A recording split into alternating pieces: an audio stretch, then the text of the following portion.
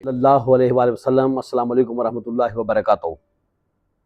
سامعین، حضرت ابو ہریرہ رضی اللہ تعالیٰ عنہ سے مروی ہے کہ حضور سید دو عالم نے فرمایا، جب اللہ نے حضرت سید آدم علیہ السلام کو پیدا فرمایا تو انہیں حکم دیا کہ فرشتوں کی اس بیٹھی ہوئی جماعت کو سلام کرو اور غور سے سنیں کہ وہ تمہیں کیا جواب دیتے ہیں، کیونکہ وہی تمہارا اور تمہاری اولاد کا سلام ہے۔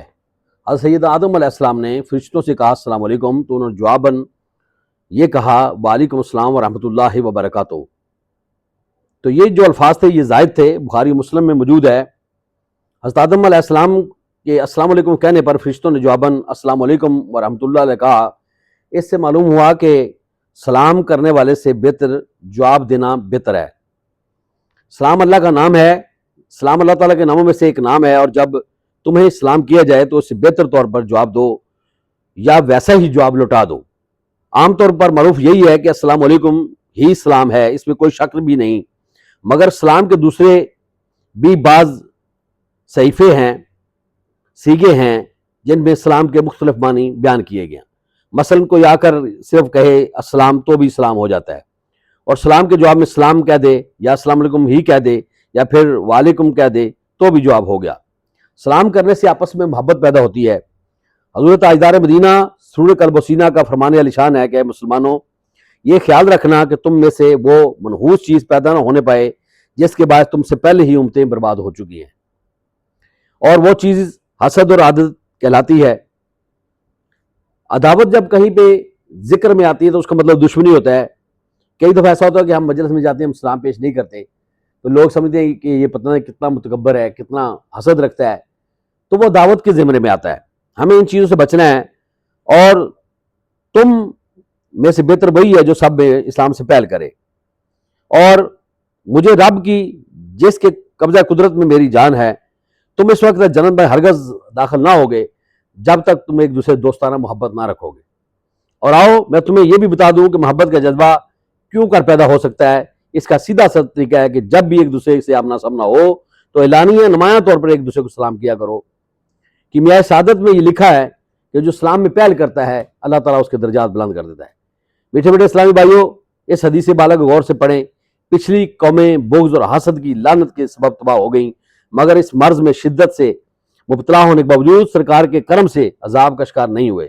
لیکن ہمیں غور کرنا چاہیے کہ یہ بغض اور حسد کی آفتیں کہیں ہماری آخرت برباد نہ کر دیں، لہٰذا ہمیں آپس میں محبت اخوت کا جذبہ پیدا کرنا چاہیے اور محبت بڑھانے کے لیے سلام کو عام کرنا چاہیے۔ حضرت ابو ہریرہ رضی اللہ تعالیٰ عنہ فرماتے ہیں کہ جب تم سلام کو عام کرو گے تو حضور نے فرمایا کہ تم جنت میں سے داخل نہیں ہوگے اگر تم ایسا عمل نہیں کرو گے۔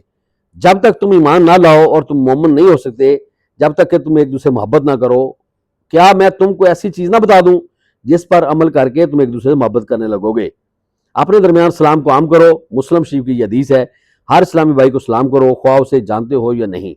جیسا کہ حضرت عبداللہ بن عمرو بن العاص سے مروی ہے کہ ایک آدمی نے حضور تاجدار انبیاء سے عرض کیا سلام کی کون سی چیز سب سے بہتر ہے، تو آپ نے فرمایا یہ کہ تم کھانا کھلاؤ مسکینوں کو، اور سلام کو ہر شخص کو خواہ تم اس کو جانتے ہو یا نہیں۔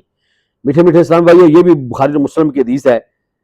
ہو سکے تو جب بس میں سوار ہوں، کسی اسپتال میں جانا پڑے، کسی ہوٹل میں داخل ہوں، جب لوگ فارغ بیٹھے ہوں، جہاں جہاں مسلمان اکٹھے ہوں، سلام کر دیا کریں۔ یہ دو الفاظ زبان پر بہت ہی ہلکے ہیں مگر ان کے فوائد و ثمرات بہت ہی زیادہ ہیں۔ بعض صحابہ کرام نے خصوصاً بازار وغیرہ اس لیے جاتے تھے کہ لوگوں کو سلام کر کے ثواب کمائیں۔ سامعین، بازار میں صرف سلام کی غرض سے جانا صحابہ کی سنت ہے۔ ہم روزانہ بازار جاتے ہیں لیکن کبھی ہم نے یہ نہیں کیا کہ اس طرح کی سنت ادا کرتے ہوئے ثواب حاصل کر لیں۔ حضرت طفیل بن ابی بن کعب سے مروی ہے کہ حضرت عبداللہ بن عمر کے پاس جاتے تو وہ ان کو ساتھ لے کر بازار کی طرف چل پڑتے۔ راوی کہتے ہیں جب ہم چل پڑتے تو حضرت عبداللہ جس ردی فرش دکاندار یا مسکین کے پاس سے گزرتے اس کو سلام کرتے۔ طفیل رحمۃ اللہ علیہ رضی اللہ تعالیٰ عنہ یہ کہتے ہیں ایک دن میں نے عبداللہ کے پاس گیا تو انہوں نے مجھے ساتھ بازار چلنے کہا۔ میں نے عرض کی بازار جا کر کیا کریں گے؟ وہاں آپ نہ تو خریداری کرتے ہیں، نہ رکتے ہیں، نہ سامان کے متعلق پوچھتے ہیں، نہ بھاؤ کرتے ہیں، نہ بازار کی مجلس میں بیٹھتے ہیں۔ میری تو گزارش ہے کہ یہی ہمارے پاس تشریف رکھیں ہیں، ہم باتیں کریں گے۔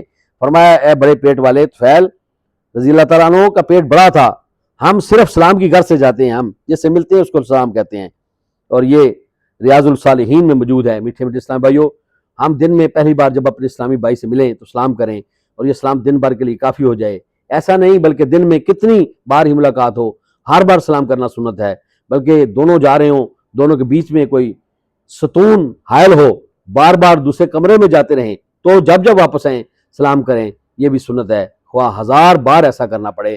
اللہ تعالی ہمیں عمل کی توفیق عطا فرمائے۔